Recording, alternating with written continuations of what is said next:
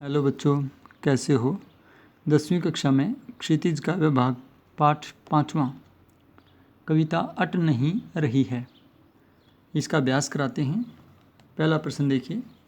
छायावाद की एक खास विशेषता है अंतर मन के भावों का बाहर की दुनिया से सामंजस्य बिठाना। कविता की किन पंक्तियों को पढ़कर यह धारणा पुष्ट होती है, लिखें। तो इसमें हमें वो पंक्तियाँ देखनी पड़ेंगी जिसमें अंतर्मन के भावों को जो है बाहर की दुनिया से सामंजस्य बिठाने की बात आती है। उदाहरण के लिए देखो, ये पैरा देखिए।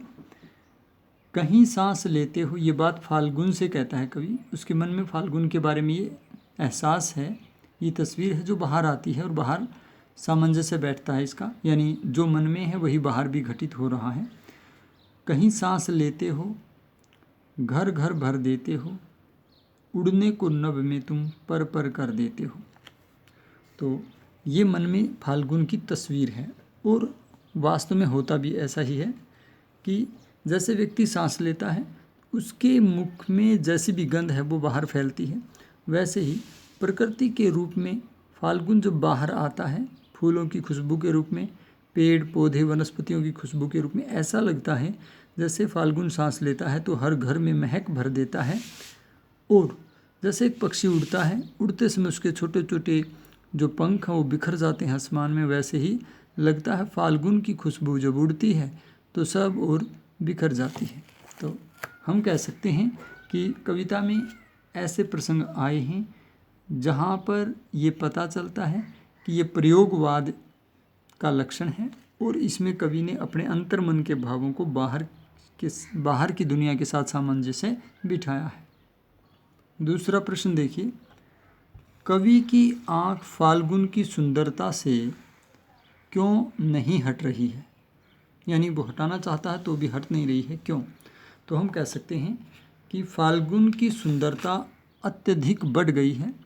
फाल्गुन मास में सब और प्राकृतिक सौंदर्य में अतिशय वृद्धि हुई है। कवि कहता है, कवि का मानना है कि उसकी नज़रें चाहकर भी वह अपनी नज़रों को फाल्गुन के सौंदर्य से हटा नहीं पाता। इसके अतिरिक्त सौंदर्य इतना बढ़ गया है फाल्गुन का कि वो समाहित नहीं हो पा रहा है, अट नहीं पा रहा है। जब कवि अपने आसपास फाल्गुन के सौंदर्य को देखता है तो पाता है कि सब और पुष्प पत्ते पल्लव कहीं लाल हैं, कहीं हरे हैं, कहीं हरियाली है, कहीं लालिमा है और कहीं गले में पुष्प मालाएं पड़ी हुई हैं। तो इन सब को देख करके उसकी दृष्टि जो है वो हटाए भी नहीं हट रही है। तो इसलिए कवि का मानना है कि सुंदरता अत्यधिक होने के कारण, फाल्गुन की सुंदरता में अतिशय वृद्धि के कारण ही उसकी आंखें हट नहीं रही हैं। प्रश्न संख्या 3 देखिए। प्रस्तुत कविता में कवि ने प्रकृति की व्यापकता का वर्णन किन रूपों में किया है? हमने सिद्ध करना है कि प्रकृति जो है वो कहाँ कहाँ अपना प्रभाव दिखाती है। कविता के आधार पर बताइए कि कहाँ कहाँ प्रकृति की व्यापकता को सिद्ध किया है, कवि ने वर्णन किया है। तो देखिए, हम कह सकते हैं कि प्रस्तुत कविता में कवि ने प्रकृति की व्यापकता का वर्णन अनेक रूपों में किया है। कवि का मानना है कि फाल्गुन के महीने के रूप में प्रकृति अपने सौंदर्य को प्रकट करती है, जिसमें जो बहुत अधिक आकर्षित करने वाला होता है। इसके अतिरिक्त प्रकृति का प्रभाव, प्रकृति के सौंदर्य का आकर्षण पत्तों, पल्लवों, पुष्पों और वृक्ष शाखाओं के अंदर धरती की सुगंध के रूप में और आसमान के अंदर फैला हुआ है। प्रकृति का प्रभाव सब ओर फैल चुका है। प्राकृतिक सौंदर्य और आकर्षण, उसकी महक, उसका प्रभाव कण कण में व्याप्त हो गया है। प्रकृति कहीं अपने आप को पेड़ों के पल्लवों और पुष्पों के रूप में, हरितिमा के रूप में प्रकट करती है, तो कहीं पुष्पों के रूप में जो है वो लालिमा के रूप में प्रकट करती है। इस तरह से प्रकृति सब तरफ अपने प्रभाव को विस्तृत कर रही है और इसके असंख्य रूप आसपास कवि को दृष्टिगोचर होते हैं। चौथा प्रश्न देखिए, फाल्गुन में ऐसा क्या होता है जो बाकी ऋतुओं से भिन्न होता है? तो हम कह सकते हैं कि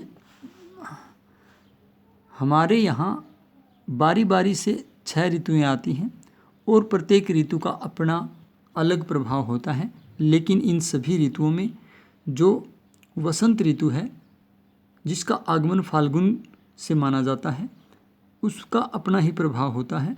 फाल्गुन के महीने में सब तरफ अच्छी सुगंध आती है, बदबू या कोई भी दुर्गंध वगैरह किसी पदार्थ से नहीं आती है। सारी प्रकृति जो है वो उसमें नवीन संचार होता है। पेड़ पौधे, बाग बगीचे, इन सब के अंदर हरे हरे नए नए पत्ते आते हैं, हरियाली छा जाती है और धीरे धीरे फूल आते हैं और कहीं लालिमा छाती है, कहीं पीलिमा छा जाती है और कहीं पर जो है नीले रंग के फूल खिलते हैं तो कहीं भूरे रंग के फूल खिलते हैं। इतना नहीं, इस समय मौसम जो है वो सुहावना हो जाता है। न तो सर्दी होती है ज़्यादा और न ही ज़्यादा गर्मी होती है, न उमस होती है। सुहावना मौसम होता है और आसमान साफ और स्वच्छ हो जाता है। सारी प्रकृति जो है शोभायमान हो जाती है। पशु पक्षियों में भी उल्लास का संचार देखने को मिलता है और जड़ चेतन में नवीनता और नव संचार को देखा जा सकता है। यहाँ तक कि मानव के अंदर भी माना जाता है कि नए रक्त का संचार इसी समय में होता है।